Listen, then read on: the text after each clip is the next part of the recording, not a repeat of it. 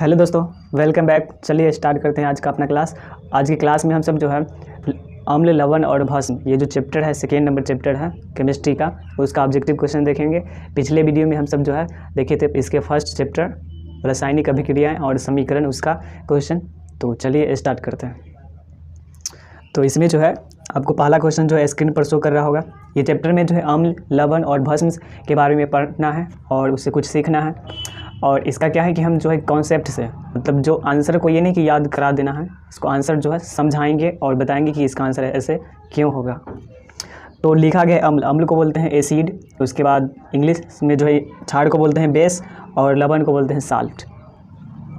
तो इसीलिए जो नमक भी एक साल्ट है, नमक भी जो है एक लवण ही है, इसीलिए उसका इंग्लिश साल्ट है। तो चलिए पहला क्वेश्चन है कि कोई विलयन लाल लिटमस पत्र को नीला कर देता है तो इसका पीएच संभवतः क्या होगा।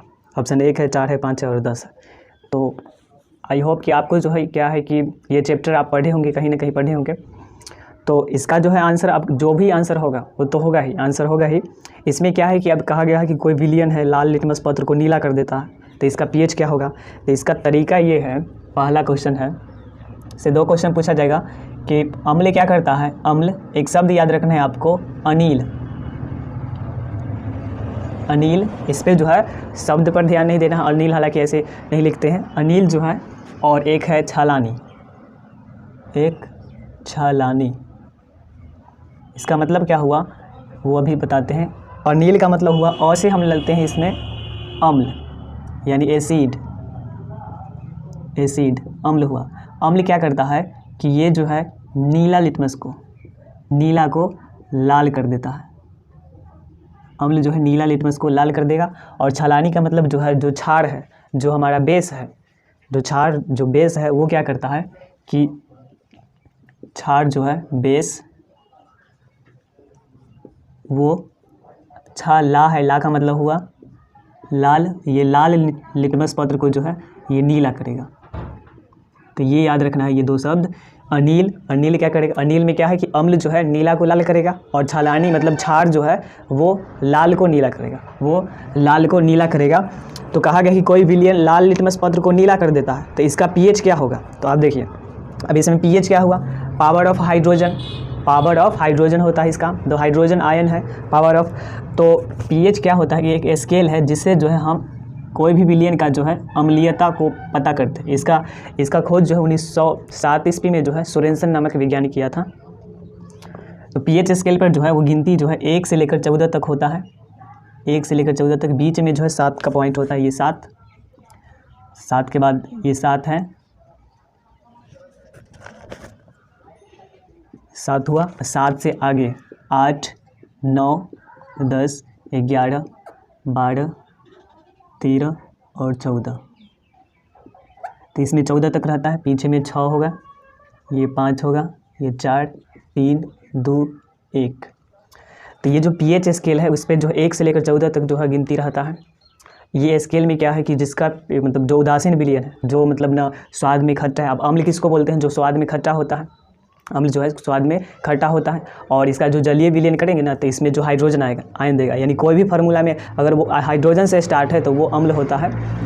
तो अम्ल जो हुआ उसका पीएच क्या होता है, 7 से कम होता है, यानी 7 से कम तो अम्ल हुआ। वो 7 से कम अगर है पीएच, 7 से कम तो वो अम्ल है, ये अम्ल है। और 7 से अगर अधिक है तो वो हो जाएगा क्षार। 7 से अधिक है तो क्षार हो जाएगा, ये लिख देते हैं। और जो 7 है तो उस बीच वाला है ना खट्टा होता है ना कड़वा होता है ना बीच वाला, उसका कोई स्वाद ही नहीं होता, बेस्वाद। जैसे पानी हुआ तो पानी का कोई स्वाद नहीं है तो इसका विलयन का पीएच मान कितना हो जाएगा, वो जल का पीएच 7, तो उदासीन होगा, तो उदासीन, न्यूट्रल हो जाएगा। तो अम्लीय विलयन का पीएच जो है 7 से कम है, क्षारीय विलयन का पीएच मान 7 से अधिक है और उदासीन का जो है 7 है। तो कहा ये जा रहा है क्वेश्चन में कि कोई विलयन जो है लाल लिटमस पत्र को नीला करता है। देखिए लाल को नीला कौन करता है, तो क्षार करता है। तो क्षार का पीएच क्या होता है, तो 7 से अधिक होता है। मतलब ऑप्शन देख लीजिए 7 से अधिक कौन है, तो वो डी नंबर ऑप्शन हो जाएगा यहाँ पर 10, यानी 1 का जो आंसर हो जाएगा वो डी नंबर हो जाएगा 1 का। फिर नेक्स्ट क्वेश्चन है कि एसिटिक अम्ल का तनु विलयन के बारे में कौन सा अवलोकन जो है सत्य। एसिटिक अम्ल होता है जो सिरका में पाया जाता है एसिटिक अम्ल। ये अम्ल का जो है अवलोकन कौन सा सही? तो कहा गया है कि यह सिरका सी गंध देता है, यह प्याज सी गंध देता है, यह सड़े अंडे की गंध देता है, यह सड़े मांस की गंध देता है। तो हम बताएं कि सिरका में एसिटिक अम्ल पाया जाता है, तो ये सिरका की तरह गंध देता है। तो 2 का जो आंसर वो ए नंबर करेक्ट है, 2 का ए सही है। उसके बाद है कि एल्कोहल में उबलती पत्ती पर आयोडीन विलयन की कुछ बूंद डालने पर पत्ती का रंग हो जाता है। तो एल्कोहल जो है वो एक अम्ल है, वो जो है अम्ल का अलग ग्रुपे हो जाता है एल्कोहल। तो उसी में है जो methanol, ethanol, propanol, butanol, pentanol, hexanol, heptanol, ये सब होता है जो आपको कार्बनिक्स ऑर्गेनिक केमिस्ट्री में पढ़ना है, जो 4था नंबर चैप्टर है। तो उसमें तो इसमें है कि एल्कोहल में उबलती पत्ती पर आयोडीन विलयन की कुछ बूंदें जो है डालने पर पत्ती का रंग कैसा होगा? तो पत्ती का रंग जो हो जाता है वो नीला और काला हो जाता है। तो कुछ क्वेश्चन को आपको याद भी रखना पड़ेगा, कुछ क्वेश्चन कॉन्सेप्ट है, जो कॉन्सेप्ट है आप कुछ को याद रखना है। जैसे 100 क्वेश्चन में जो है मात्र 30 क्वेश्चन का आंसर आपको याद रखना पड़ेगा और 70 जो कॉन्सेप्ट भी आपका बन जाएगा। कुछ जानकारी, अब जैसे इसी में अगर ये जानकारी पता नहीं रहता कि अम्ल का pH जो है 7 से कम होता है और क्षार का pH 7 से अधिक होता है, तो ये जानकारी है, तो जानकारी को तो पता कर रखना पड़ेगा ना। तो इसका जो एल्कोहल में उबलती पत्ती पर आयोडीन विलयन की कुछ बूंदे डालने पर पत्ती का रंग कैसा होता है? तो ये प्रैक्टिकल रूप से देखना पड़ता है कि कैसा होता है, तो इसको याद रखना पड़ेगा। तो नीला और काला हो जाता है। तो 3 का ये 1 का आंसर था, फिर 3 का जो आंसर है, 3 का आंसर तो हो जाएगा नीला काला, यानी सी नंबर। उसके बाद 4 में है कि अपच का उपचार करने के लिए निम्नलिखित में किस औषधि का उपयोग करते हैं? तो अपच मतलब क्या होता है कि खाना कभी कभी होता है कि नहीं पच पाता है ना, तो उसका अगर उपचार करना है तो आपको एंटासिड जो है, प्रतिजैविक नहीं, एंटासिड, यानी ऑप्शन नंबर जो सी पर लिखा गया है, एंटासिड मतलब एसिड के विपरीत एंटीसिड, एंटासिड, तो एंटी एसिड लेना पड़ेगा, एंटीऑक्सीडेंट, तो उसी से आता है एंटासिड हो जाएगा, यानी 4 नंबर का आंसर जो होगा वो सी नंबर। उसके बाद 5 नंबर देखिए, लिखा गया कि किसी भी उदासीन विलयन का pH, तो उदासीन विलयन का pH क्या होगा? तो 7 हो जाएगा। तो देखिए 7, तो बी नंबर करेक्ट है। उसके बाद नेक्स्ट क्वेश्चन 6 नंबर क्वेश्चन लिखा गया निम्नलिखित में कौन लवण है? हाँ, अब लवण है, अम्ल कौन है, भस्म कौन है? तो हम इधर कॉन्सेप्ट लिखते हैं कि जो अम्ल होता है, अम्ल यानी एसिड जो है अम्ल, उसमें आपका जो है हाइड्रोजन उपस्थित होना चाहिए, H+ आयन होगा। क्षार है, क्षार या फिर भस्म, जल में घुलनशील भस्म को क्षार कहते हैं, वो आगे हम बताएंगे। तो जो भस्म है ना वो OH आयन देता है, वो हाइड्रोक्साइड आयन इसको बोलते हैं। और जो लवण है, लवण यानी साल्ट होगा ना, उसमें जो होगा साल्ट में उपस्थित होगा तत्व, यानी जिसके बाहरी सेल में एक इलेक्ट्रॉन है, जैसे लिथियम हो सकता है, सोडियम हो सकता है। और आपको जो इलेक्ट्रॉनिक, हम पहले के वीडियो में बता चुके हैं कि इलेक्ट्रॉनिक कॉन्फ़िगरेशन, उसके बाद जो है कुछ योग, आयनिक योग बनाना, सहसंयोजी योग बनाना, ये सब आना चाहिए। तो लवण जो है, लवण में क्या होता है कि इसमें जो है लिथियम होता है, सोडियम होता है, यानी जिसके बाहरी सेल में एक इलेक्ट्रॉन हो, और उसके बाद कुछ मूलक ऐड होता है, जैसे SO4 सल्फेट हुआ, ये सल्फेट होता है, कार्बोनेट होता है, कुछ कार्बोनेट भी होता है। उसके बाद जो है क्लोरीन हो, जिसमें क्लोरीन हो, Cl, यानी वर्ग जो है 17 के तत्व होना चाहिए, तो वो सब जो है लवण होता है। तो यहाँ पर है कि निम्नलिखित में कौन लवण है? तो देखिए पहला ऑप्शन जो है, पहला ऑप्शन, ऐसे अगर मान ली कि हमको पता नहीं कि लवण कौन है, लेकिन इतना ज़रूर पता है कोई भी फार्मूला, कोई भी रासायनिक सूत्र में अगर हाइड्रोजन से स्टार्ट होगा तो निश्चित रूप से वो अम्ल ही होगा, कोई भी रासायनिक फार्मूला हो, ये आप दिमाग में बैठा लीजिए। तो पहला ऑप्शन जो HCl है, हाइड्रोजन क्लोराइड है, जिसको जो पचन की क्रिया के दौरान जो है HCl जो है हमारे भोजन को पचाने का काम करता है, HCl। तो HCl जिसको हाइड्रोक्लोरिक अम्ल, जिसको अमाशय रस भी बोलते हैं। तो HCl जो है ये तो अम्ल हो गया ना, इसमें लवण खोजना है। उसके बाद NaOH, अगर कोई भी फार्मूला में OH हो, OH वो जब भी रहेगा तो अंतिम में होगा, वो एक मूलक है, हाइड्रोक्साइड उसको बोलते हैं। तो OH है तो वो क्षार हो जाएगा। और तो इसमें देख लीजिए ए जो ऑप्शन है HCl वो अम्ल हो जाएगा, उसके बाद बी नंबर जो है क्षार हो जाएगा, और उसके बाद है NH4, OH है मतलब हुआ अमोनियम हाइड्रोक्साइड, तो ये भी क्षार हो जाएगा, तो बचा K2SO4, तो ये जो है लवण हो जाएगा। यानी आंसर जो है 6 का आंसर हो जाएगा सी नंबर। उसके बाद 7 नंबर क्वेश्चन, 7 में ही किसी लाल तप्त आयरन पर जलवाष्प प्रवाहित करने पर कौन सा जो है यौगिक प्राप्त होता है? तो देखिए 7 नंबर में लिखा गया है कि लाल तप्त लोहा है, मतलब Fe है, आयरन है, और ए पर जल वाष्प मतलब जल की बूंदें जो है प्रवाहित करेंगे तब क्या होगा? तो इससे बन जाता है Fe3O4, ये बनता है, ये फेरिक ऑक्साइड बन जाता है, इससे फेरिक ऑक्साइड बन जाता है। उसके बाद देखिए आप संतुलित अगर करेंगे तो इसमें जो है और हाइड्रोजन गैस निकल जाता है इधर H2, जब भी ये जो है क्या है, अम्ल ना है, ये धातु अम्ल से अभिक्रिया करेगा तो हाइड्रोजन गैस, पहला वीडियो में बता रहे थे। तो यहाँ पर जो हाइड्रोजन गैस निकला, अब संतुलित करना है तो इसको 3 से गुना कर देते हैं। हाइड्रोजन 2 है, ऑक्सीजन 4 है, तो ऑक्सीजन जब 4 है तो इसको 4 से गुना कर देते हैं। तो यहाँ पर हाइड्रोजन 4 दूना 8 हो गया, तो इसको भी 4 से गुना कर देते हैं। तो ये अभिक्रिया जो संतुलित भी हो गया। तो इससे क्या बनता है, तो Fe3O4 बनता है, मतलब हुआ कि फेरिक ऑक्साइड बनता है। तो देख लीजिए Fe3O4, यानी ऑप्शन नंबर सी करेक्ट है 7 का। उसके बाद 8 में है कि हमारे शरीर में pH कितने परास के बीच काम करता है, तो वो जो होता है वो 0.7 से लेकर 7.8 के बीच काम करता है। तो 8 नंबर क्वेश्चन हुआ। तो इसका आंसर जो है 8 का वो 7 से लेकर 7.0 से लेकर 7.8, यानी बी नंबर करेक्ट है। उसके बाद 9 नंबर क्वेश्चन देखिए। 9 नंबर में लिखा गया बेकिंग पाउडर का अणुसूत्र। बेकिंग पाउडर, तो बेकिंग पाउडर का कॉन्सेप्ट जो है यहाँ पर लिखते हैं, क्योंकि इसमें जो है कुछ जानकारी चाहिए। बेकिंग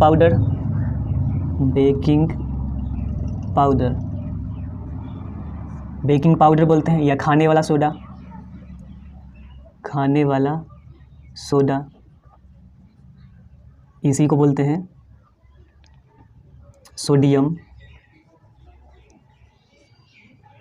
सोडियम हाइड्रोजन कार्बोनेट या सोडियम बाइकार्बोनेट।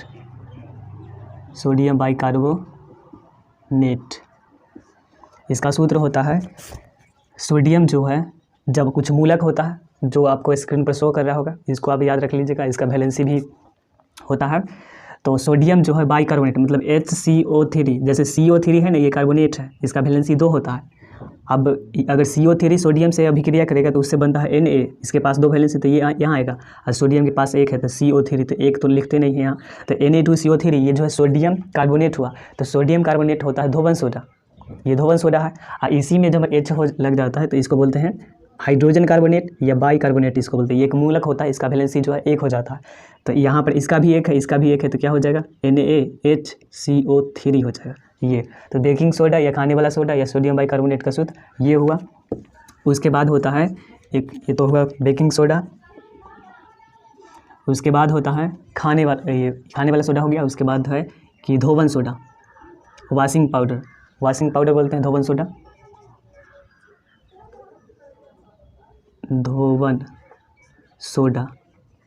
जिसको लिखते हैं सोडियम कार्बोनेट, और सूत्र क्या होता है, तो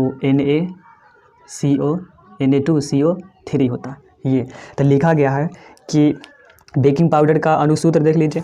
तो बेकिंग पाउडर मतलब NaHCO3, तो NaHCO3 यानी आंसर जो है सी नंबर करेक्ट है। 9 का जो आंसर होगा वो आपका सी नंबर करेक्ट है। फिर 10 नंबर क्वेश्चन देखिए। 10 नंबर में लिखा गया है कि निम्नलिखित में विजातीय कौन है, तो विजातीय, तो देखिए इसमें आगे फार्मूला होता है कि संगमरमर या चूना पत्थर, जिसको जो है कैल्शियम कार्बोनेट बोलते हैं, इसी को जो है संगमरमर बोलते हैं, मार्बल इंग्लिश में। चूना पत्थर बोलते हैं, खड़िया बोलते हैं, इसी को खड़िया बोलते हैं। सूत्र क्या हो जाता है, सोडियम कार्बोनेट, मतलब कैल्शियम कार्बोनेट, तो Ca। अब कैल्शियम का 2 वैलेंसी होता है, और कार्बोनेट का बताएं कि 2 होता है, तो 2 से 2 कट जाता है, CaCO3 होता है। तो ये देख लीजिए। तो इसमें जो है कौन जो है विजातीय है, तो विजातीय मतलब अलग होगा। तो देखिए चूना पत्थर और खड़िया वो, और इधर संगमरमर, चूना पत्थर खड़िया संगमरमर वो एक यौगिक का नाम है जो कैल्शियम कार्बोनेट है, और प्लास्टर ऑफ पेरिस वो अलग है, मतलब वो अलग विजातीय पूछा गया था तो वो अलग है। तो आंसर हो जाएगा डी नंबर, ये अलग है। उसके बाद 11 नंबर में लिखा गया है कि निम्नलिखित में से pH का कौन सा मान जो है क्षारक विलयन का, तो क्षारक है तो 7 से अधिक होगा। तो देख लीजिए 7 से अधिक तो 13 है, तो डी नंबर करेक्ट है। उसके बाद 12 नंबर में लिखा गया है कि सोडियम क्लोराइड के जलीय विलयन से विद्युत धारा प्रवाहित करने पर यह वियोजित होकर सोडियम हाइड्रोक्साइड बनाता है, तो इस अभिक्रिया को क्या बोलते हैं।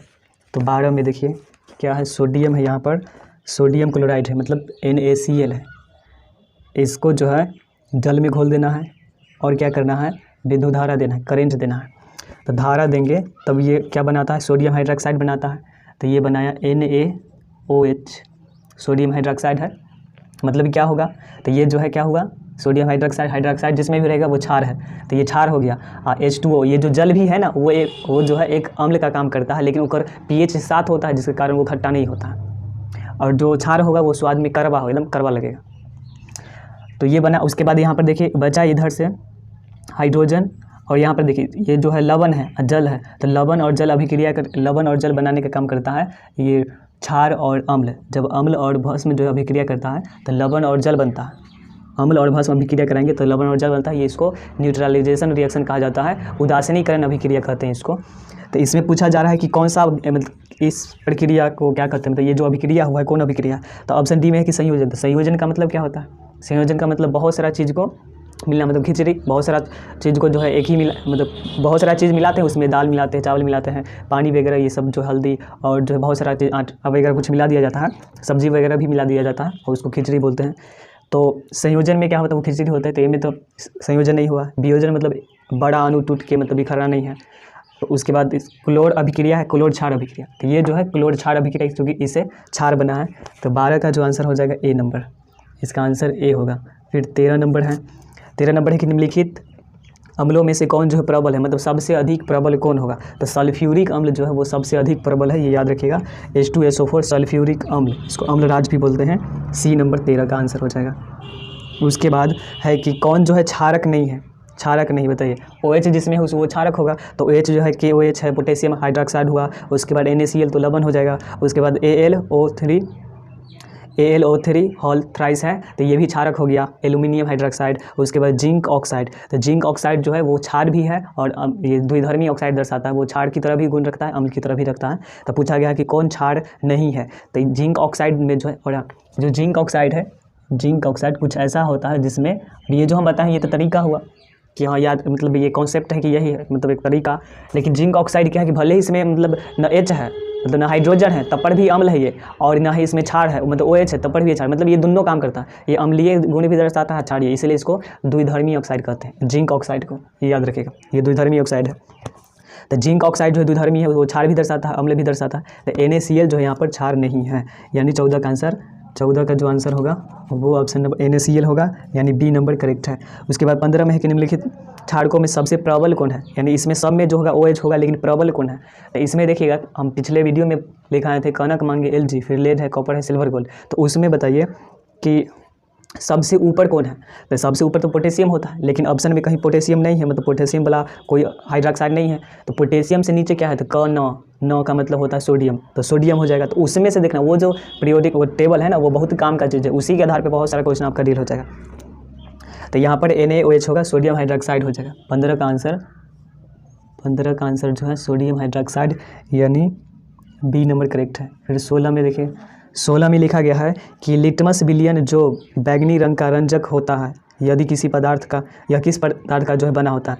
बैंगनी रंजक का मतलब होता है कि इंडिकेटर, मतलब सूचक, वो सूचना बताता है, सूचक बोलते हैं। तो ये जो है किस पदार्थ का बना होता है? तो लीचेन नामक पौधा होता है, जो थैलेफाइटा समूह से निकाला जाता है, तो लीचेन से बना होता है। तो ये बी नंबर करेक्ट हो, इसको याद रखना पड़ेगा। 16 का बी। फिर 17 नंबर है। 17 नंबर क्वेश्चन है कि निम्नलिखित में कौन सूचक की तरह इस्तेमाल नहीं किया जाता है? तो मैथिल ऑरेंज इसका इस्तेमाल करते हैं, फिनोल्फथालीन है, हल्दी भी, मूली का इस्तेमाल नहीं करते हैं। तो ये डी नंबर हो जाएगा। तो आप इसको याद रखिएगा कि किसका उपयोग हम सूचक में करते हैं। तो तीनों का आंसर याद रखिएगा, एक का उपयोग करते हैं, ऑप्शन नहीं वाला तो कुछ भी दिया जा सकता है। तो इसलिए नहीं को नहीं, जो है आंसर कि क्वेश्चन ऐसे बना लीजिएगा कि कौन जो इस्तेमाल किया जाता है सूचक में। तो मैथिलीन ऑरेंज और फिनोल्फथालीन और हल्दी। उसके बाद 18 में है कि निम्नलिखित में से कौन जो है गंधकीय सूचक है? नहीं है, गंधकीय सूचक जो है वो नहीं है। तो शकरकंद नहीं है, और वेनिला है, प्याज है, लौंग का तेल है। तो ये याद रखिएगा, सी नंबर 18 का सी, 18 का जो है सी हो जाएगा। उसके बाद 19 में है कि कौन जो है द्विक्षारकीय अम्ल है? द्विक्षारकीय अम्ल मतलब द्विक्षारकीय अम्ल एक है, पूछा जाए त्रिक्षारकीय या त्रिभाषमी पूछा जाता है। तो जिसमें देखिएगा 2 वैलेंसी के साथ हो, जैसे HCl जो है वो भी अम्ल है, हाइड्रोजन से स्टार्ट है, लेकिन एक ही वैलेंसी है। उसके बाद H3PO40 ये त्रिक्षारकीय अम्ल हो गया। उसके बाद HNO3 ये भी जो है एक ही वैलेंसी के साथ है, NO3 इसको जो है बोलते हैं नाइट्रिक सोडियम, इसको जो है NO3 को बोला जाता है नाइट्रिक। तो HNO3 जो है NO3 का जो एक वैलेंसी होता है, उसके बाद H2SO4 है, तो H2SO4 दो वैलेंसी से बना, तो ये जो है द्विक्षारकीय है, तो डी नंबर करेक्ट है 19 का। 19 का जो है डी नंबर करेक्ट है। उसके बाद 20 नंबर है कि पोटास एलम होते हैं, तो पोटास एलम होते हैं तो वो एक जो है लवण होता है। लवण जो है वो दो लवण होता है। पोटास एलम का सूत्र इधर लिख देते हैं, पोटास एलम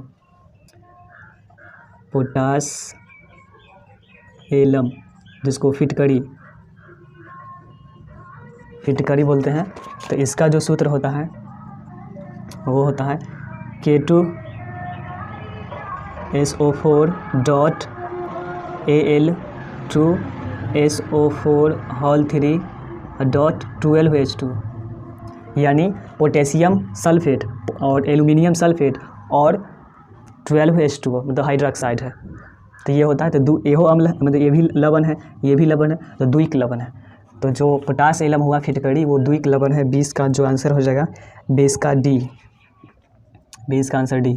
फिर 21 नंबर है कि एसिटिक अम्ल एक दुर्बल अम्ल है क्योंकि, ये दुर्बल अम्ल है क्योंकि ये जो है कम आयनित होते हैं, तो ये याद रखना पड़ेगा। 21 का सी नंबर, ये कम आयनित होता है इसलिए। फिर 22 नंबर जो है लिखा गया है कि निम्नलिखित में सबसे प्रबल लवण कौन है, तो इनमें सबके सब लवण है, लेकिन प्रबल कौन है, तो प्रबल देखिए वही कनक मांगे Lg, फिर लेड है, कॉपर है, सिल्वर गोल्ड में। इसमें देखिए कि सोडियम है, कैल्शियम है, बेरियम है, लिथियम है। इसमें सबसे ऊपर कौन आता है, तो पोटेशियम आता था, लेकिन पोटेशियम तो ऑप्शन में नहीं है, लेकिन उसके बाद आता है सोडियम, तो NaCl हो जाएगा। तो 22 का ए नंबर। तो ये हुआ 22 तक हुआ। उसके बाद इसका जो है आप स्क्रीनशॉट ले लीजिएगा, स्क्रीनशॉट इसका आप ले लीजिएगा। तो चलिए 23 नंबर क्वेश्चन देखते हैं। 23 नंबर क्वेश्चन लिखा गया है कि दांतों को साफ करने के लिए दंत मंजन मतलब जो टूथपेस्ट होता है, 23 नंबर टूथपेस्ट होता है प्रायः होता है, तो वो कैसा होता है।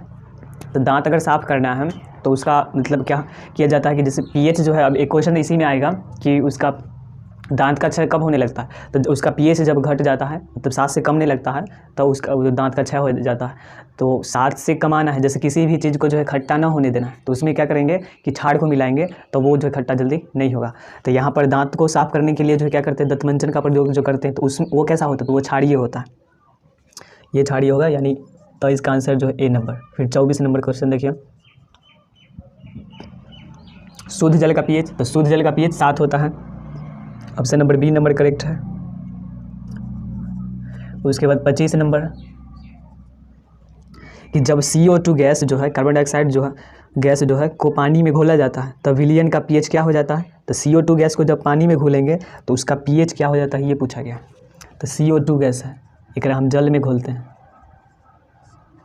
तब इसका जो pH होता है वो क्या हो जाता है, तो इस पानी में इसको घोलेंगे तो इससे जो है बन जाएगा, ये अम्ल बन जाता है, ये अम्ल बन जाएगा HCOOH, यानी कार्बन 1 है, ऑक्सीजन 2, मतलब इसमें जो है या तो जो कार्बनिक यौगिक है ऑर्गेनिक जो कंपाउंड है उसमें क्या होता है कि दो श्रृंखला होता है, एक होता है अम्ल का कार्बोक्सिलिक एसिड का और एक होता है एल्कोहल का, उसमें से कोई ना कोई बन जाता है। तो ये जो है अम्ल बन गया, हाइड्रोजन स्टार्ट है। तो यहाँ पर 25 नंबर में देखेंगे तो ये अम्ल बन जाता है, मतलब इसका pH जो है 7 से कम हो जाएगा। हालांकि ये नहीं बनेगा, लेकिन कुछ ना कुछ अम्ल बनेगा, इससे क्या बनेगा, अम्ल ही बनेगा। इसके बाद 26 है, 26 में लिखा गया कि निम्नलिखित में कौन सी धातु जो है ठंडे जल से अभिक्रिया कर धातु के हाइड्रोक्साइड बनाएगी। तो धातु पूछा गया है, अम्ल से अभिक्रिया कराना है, तो सोडियम है, पोटेशियम, मैग्नीशियम, एल्यूमिनियम और सोडियम कॉपर। तो जो कॉपर है ना वो तो हाइड्रोजन से अभिक्रिया करता ही नहीं है। हाँ, ये भी अभी क्वेश्चन ये पूछा जाएगा कि निम्नलिखित में कौन जो है धातु अम्ल से अभिक्रिया करके हाइड्रोजन गैस मुक्त नहीं करता। तो वो जो टेबल है कनक मांगे Lg, फिर लेड है, कॉपर है, सिल्वर गोल्ड, तो उसमें कॉपर जो हाइड्रोजन से नीचे है, इसलिए तो हाइड्रोजन से नीचे उस टेबल में जो कुछ भी है ना, जैसे वहाँ पर हो जाएगा आपका कॉपर होगा, उसके बाद सिल्वर होगा और उसके बाद ये जो है गोल्ड होगा, तो ये सब अभिक्रिया नहीं करेगा। तो जब अभिक्रिया ही नहीं होगा तो हाइड्रोजन गैस मुक्त कहाँ से करेगा। तो इसमें देखिए सोडियम और कॉपर है, तो सोडियम तो अभिक्रिया कर लेगा लेकिन कॉपर नहीं करेगा, सी नंबर ऑप्शन ऐसे गलत है। मैग्नीशियम है और कैल्शियम है और उसके बाद सोडियम एवं पोटेशियम है, तो इसमें धातु के हाइड्रोक्साइड, तो जो आंसर होगा वो सोडियम और पोटेशियम हो जाएगा, यानी 26 का आंसर ए हो जाएगा। उसके बाद 27 नंबर लिखा गया है कि निम्नलिखित में किस विलयन का उपयोग जो है दीवार की सफ़ेदी करने के लिए किया जाता है। तो जो चूना जो है, 2 प्रकार चूना होता है, चूना को इधर लिखते हैं कि चूना में क्या कॉन्सेप्ट है। तो चूना, दो प्रकार का चूना होता है, एक होता है बुझा हुआ चूना, एक बिना बुझा हुआ। सबसे पहले लिखते हैं बुझा हुआ चूना, बिना बुझा, बिना बुझा चूना, इसी को बोलते हैं कली चूना, इसी को कली चूना बोलते हैं। और इसको जो है कैल्शियम ऑक्साइड बोलते हैं, इसका रासायनिक नाम कैल्शियम ऑक्साइड, कैल्शियम ऑक्साइड है। सूत्र जो होता है वो CaO होता है। कैल्शियम का 2 वैलेंसी, ऑक्सीजन का 2 वैलेंसी है, तो CaO हो जाएगा। उसके बाद इसी में होता है, इसी चूना में जब पानी मिला देते हैं ना तो वो बुझ जाता है। यानी ऐसे ही याद रखना, इसमें कन्फ्यूजन होगा कि बिना बुझा हुआ, तो बुझा का मतलब हुआ कि पानी मिल गया। जैसे किसी चीज़ को आग अगर है उसको बुझाएंगे कैसे, पानी मिलाते हैं, पानी उझिल देते हैं तो बुझ जाता है। तो उसी प्रकार इसमें देखिए कहीं पर हाइड्रोजन है, पानी का मतलब हाइड्रोजन, तो हाइड्रोजन इसमें है कहीं नहीं है, मतलब ये बिना बुझल है, बुझल नहीं है। तो बुझाने के लिए क्या करना पड़ेगा, उनमें पानी मिलाएंगे। तो पानी जब मिला देंगे तो उसको बोलेंगे कि बूझल चूना, मतलब बूझा हुआ चूना। तो ये बूझा हुआ चूना, बूझा चूना। तो बूझा चूना को क्या बोलते हैं कि बूझा चूना को बोलते हैं कि वो चूना है, और चूना में हम बुझाने के लिए पानी मिला दिए, मतलब चूना जल भी बोलते हैं उसको, चूना जल बोला जाता है। और इसको बोलते हैं कैल्शियम हाइड्रोक्साइड बोलते हैं, कैल्शियम हाइड्रोक्साइड, कैल्शियम हाइड्रोक्साइड। तो वो लिख लीजिएगा, हाइड्रोक्साइड हाँ नहीं है, कैल्शियम हाइड्रोक्साइड है, यानी CaOH2। कैल्शियम के पास 2 वैलेंसी होता है, इसके हाइड्रोक्साइड के पास 1 वैलेंसी होता है। तो ये कैल्शियम हाइड्रोक्साइड है। तो कहा जा रहा है कि दीवार को सफ़ेदी करना है, मतलब उसको जो है रंगना है, दीवार को जो है रंगना है, तब इसमें क्या उपयोग करेंगे। तो अब बताइए, जब चूना को लाते हैं, जैसे खैनी वगैरह में जो होता है ना, खैनी में जो चूना रखा जाता है, तो वो चूना जो होता है उसमें बुझा हुआ आता है या फिर बिना बुझा होता है। तो इसी का जो होता है शुद्ध रूप होता है, उसको शुद्ध किया जाता है।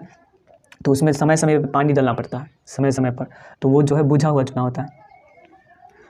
और जो दीवार को या फिर पेड़ पौधा को रंगने के लिए लाया जाता है, तो उसको जो है नदी वगैरह या फिर कुछ ड्राम वगैरह में रख देते हैं, पानी मिलाने के बाद तब ना उस दीवार रंगते हैं।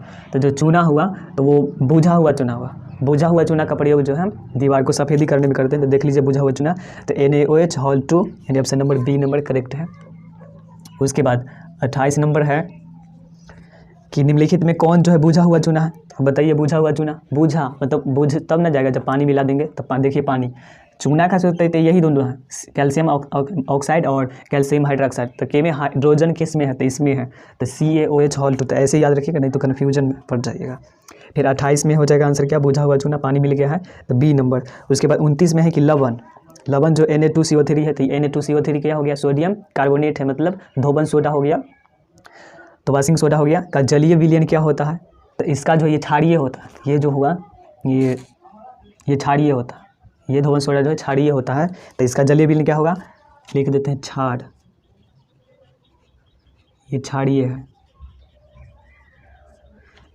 है। तो इसका pH जो है कितना होगा, 7 से अधिक होगा। तो 29 का जो आंसर है 7 से अधिक, यानी ऑप्शन नंबर B करेक्ट है। फिर 30 नंबर क्वेश्चन देखिए, 30 नंबर क्वेश्चन में लिखा गया है कि एसिटिक अम्ल का IUPAC नाम। ये जो है ऑर्गेनिक कंपाउंड है एसिटिक अम्ल। तो एसिटिक जो भी एसिटिक होगा तो उसका जो है, जैसे एक होता है कि एसिटिक अम्ल, उसके बाद फॉर्मिक अम्ल, तो ये जो है साधारण नाम है। IUPAC नाम क्या होता है कि international union pure of applied chemistry होता है उसका फुल फॉर्म। तो वो आगे के चैप्टर जो चौथा चैप्टर है उसमें बताएंगे। तो ऐसे एसिटिक अम्ल को जो है बोला जाता है, एसिटिक जो भी होगा ना एसिटिक अम्ल, तो उसका मतलब हुआ कि एक ही कार्बन से बना होगा। तो एक कार्बन को मेथ बोला जाता है, तो मीथेनोइक अम्ल हो जाएगा। और फॉर्मिक रहता जो फॉर्मिक अम्ल है, फॉर्मिक का मतलब हुआ कि मतलब एक अम्ल मतलब एक कार्बन, और एसिटिक अम्ल मतलब 2 कार्बन, तो ये हो जाएगा एथेनोइक अम्ल। एसिटिक अम्ल को जो एथेनोइक अम्ल कहते हैं, और अगर फॉर्मिक अम्ल होता है तो मीथेनोइक अम्ल कहा जाता है। तो ऑप्शन A नंबर करेक्ट है। ये जो है चौथा नंबर के चैप्टर में क्लियर हो जाएगा। उसके बाद निम्नलिखित में कौन सा जो है आयरन जो है लाल तत्व, निम्नलिखित में कौन आयन है, आयरन नहीं, आयन जो है लाल लिटमस को नीला। तो लाल को नीला, देखिए लाल को नीला कौन करता है, क्षार, मतलब हुआ क्षार का जो है क्या होगा, हाइड्रोक्साइड आयन होगा, OH माइनस, तो OH माइनस यानी B नंबर 31 का जो है B नंबर करेक्ट हो जाएगा। तो इसका जो था C नंबर है 25 का, इसको मिटा देते हैं। तो 31 का जो आंसर होगा वो C नंबर करेक्ट है। फिर 32 नंबर, 32 में लिखा गया है कि कोई विलयन नीले लिटमस पत्र को लाल, तो बस नीला, अनील और छलानी। नीला को लाल कौन करता है? अम्ल करता है। तो अम्ल देख लीजिए, तो अम्ल का पीएच कितना होगा?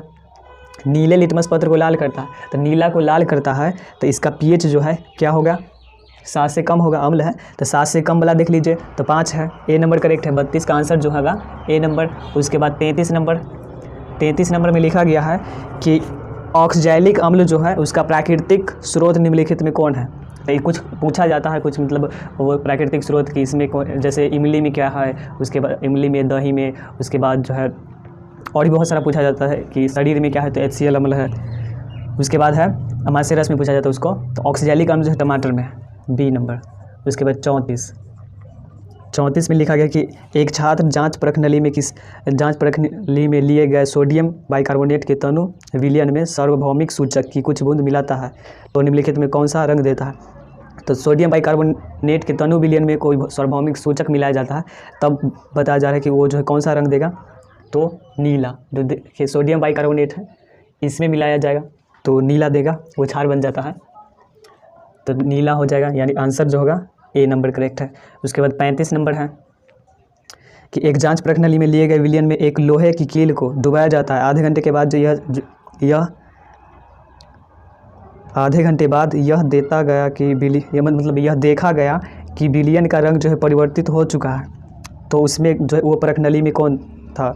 तो विलयन। तो इसमें एक सब्जेक्टिव क्वेश्चन भी ये पूछा जाता है, जैसे होता क्या है, आयरन होता है, आयरन को जब हम कॉपर सल्फेट के विलयन में डालते हैं ना, तो एकरा विस्थापित कर देता है कॉपर को, क्योंकि कॉपर से ज़्यादा क्रियाशील है आयरन। नहीं, आयरन नहीं होता है, जिंक के क्षण को कॉपर सल्फेट के विलयन में डालते हैं तो वो विलयन का रंग जो है बदल जाता है, तो जिंक को विस्थापित मतलब कॉपर को विस्थापित कर देता है और ZnSO4 बना लेता है +Cu।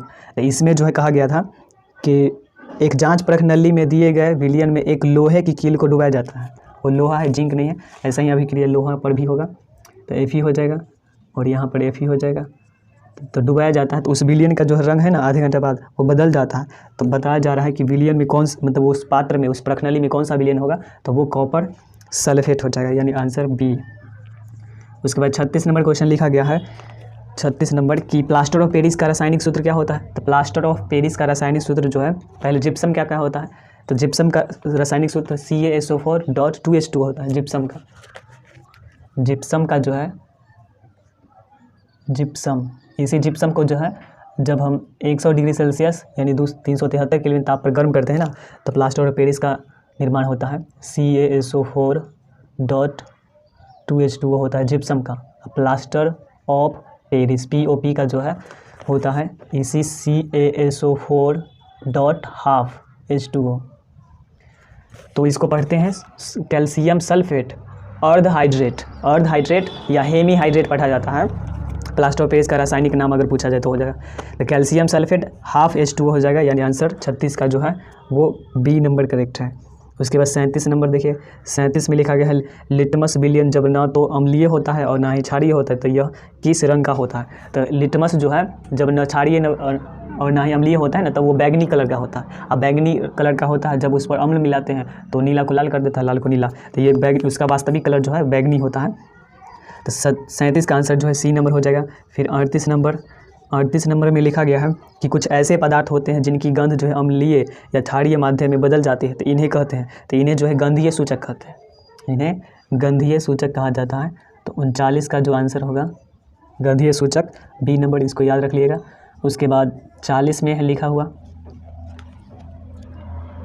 तो ये 38 का यहाँ पर है बी, और अब देखेंगे 39 का। तो 39 में है कि सभी धातु कार्बोनेट एवं हाइड्रोजन कार्बोनेट अम्ल के साथ अभिक्रिया करके बनाते हैं। तो सभी धातु कार्बोनेट मतलब धातु के जो कार्बोनेट है ये CO3 कार्बोनेट और हाइड्रोजन कार्बोनेट, और मतलब ये हाइड्रोजन कार्बोनेट है, ये कार्बोनेट है, ये सब अभिक्रिया करके क्या बनाते हैं? तो कहा गया है कि संगत लवण, कार्बन डाइऑक्साइड और जल, इनमें सभी, तो ये सब के सब जो है ये अभिक्रिया कराएंगे, तो ये लवण भी बनाएगा, उसके बाद जो है कार्बन डाइऑक्साइड भी बनाएगा, जल भी, तो इनमें सभी हो जाएगा, तो डी नंबर ऑप्शन करेक्ट है। उसके बाद 40 में है कि सभी अम्लों में पाए जाते हैं, तो जो भी अम्ल है उसमें क्या पाया जाएगा? हाइड्रोजन पाया जाएगा, तो बी नंबर करेक्ट है। उसके बाद 41 नंबर है, 41 में है कि हाइड्रोजन युक्त सभी यौगिक होते हैं, तो हाइड्रोजन जो भी है उस सब यौगिक क्या होगा? तो अम्लीय हो जाएगा। ए नंबर करेक्ट है। उसके बाद है जल में घुलनशील क्षार के बारे में क्या सत्य है? तो इसे क्षार कहते हैं, जल में घुलनशील क्षार को के बारे में। तो जल में घुलनशील भस्म को हम क्षार बोलते हैं, क्षार को नहीं। जल में घुलनशील भस्म को क्षार बोलते हैं। उसके तो इसमें लिखा गया है इन्हें क्षार कहते हैं। स्वाद कड़वा होता है, प्राकृतिक संक्षारक होता है, तो इनमें सभी होता है। तो जल में घुलनशील भस्म को जो कौन सत्य है कहा गया? तो स्वाद में कड़वा होता है। और प्राकृतिक संक्षारक भी होते हैं और स्वाद, इन्हें जो है भस्म कहा जाता है। तो इनमें सभी हो जाएगा डी नंबर 42 का डी। उसके बाद 43 है, 43 नंबर क्वेश्चन है। 43 में लिखा गया है पीएच में पी का जो है सूचक क्या है? तो पीएच का मतलब होता है पोटेंज होता है, उसका मतलब पावर ऐसे कहा जाएगा है। तो दोनों सही है। वो जो है ग्रीक भाषा होता है, लैटिन भाषा है। तो पोटेंज होता है, उसका मतलब पावर होता है, मतलब पावर ऑफ हाइड्रोजन। इसलिए जब भी लिखा जाता है पीएच, तो पी को जो स्मॉल है, एच को बड़ा। तो पीएच मतलब पावर ऑफ हाइड्रोजन, ये होता है। पोटेंज भी कहते हैं उसको। तो ए और बी दोनों सही है। सी नंबर 43 का सी हो जाएगा। उसके बाद 44 में लिखा गया कि एसिटिक अम्ल का प्राकृतिक स्रोत जो है, तो एसिटिक अम्ल किसमें पाया जाता है? तो शुरू में बताएं कि सिरका में। तो 44 का जो है बी नंबर। उसके बाद 45 में है जो है सिट्रिक अम्ल पाया जाता है। सिट्रिक अम्ल, तो देखिए संतरा और नींबू में सिट्रिक अम्ल पाया जाता है। उसके बाद 46 है, 46 में लिखा गया है कि टार्ट्रिक अम्ल पाया जाता है। टार्ट्रिक अम्ल इमली में पाया जाता है, बी नंबर। तो ये जो हम टेबल दे देंगे अब उसमें से आप याद कर लीजिएगा। तो बी नंबर इमली में।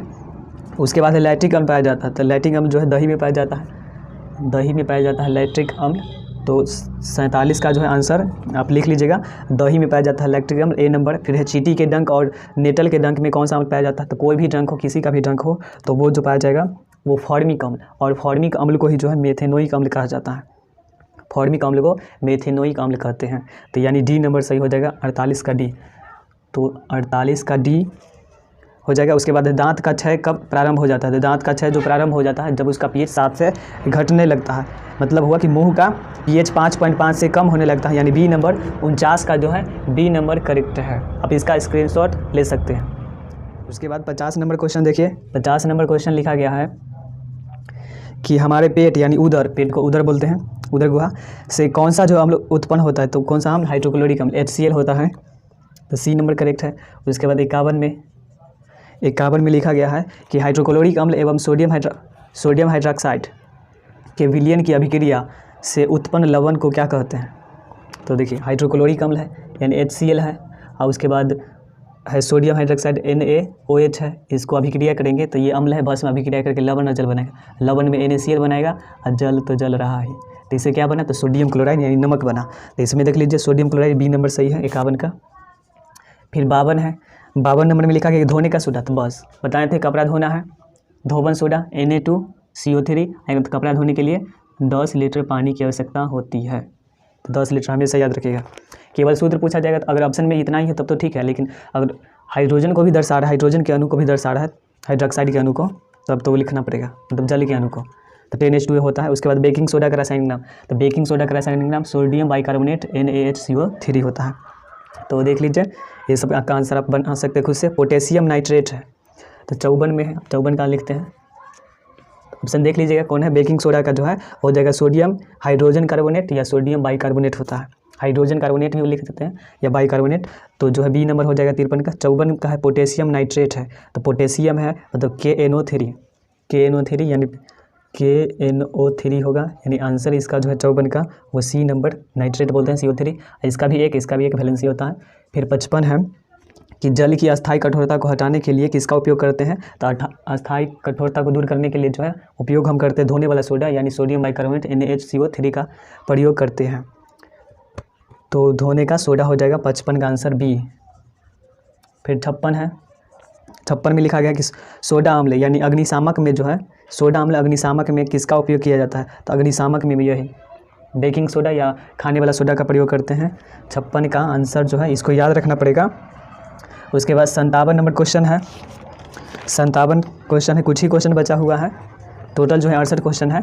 लिखा गया है 57 में कि सल्फेट अर्ध हाइड्रेट या हेमी हाइड्रेट का अन्य नाम क्या है। तो सल्फेट, इसको शॉर्ट में सल्फेट कहा गया, अर्ध हाइड्रेट या हेमी हाइड्रेट इसको प्लास्टर ऑफ पेरिस कहते हैं। तो प्लास्टर ऑफ पेरिस का ही नाम है रासायनिक नाम। तो बी नंबर करेक्ट है 57 का। तो इसका आंसर जो है बी नंबर है।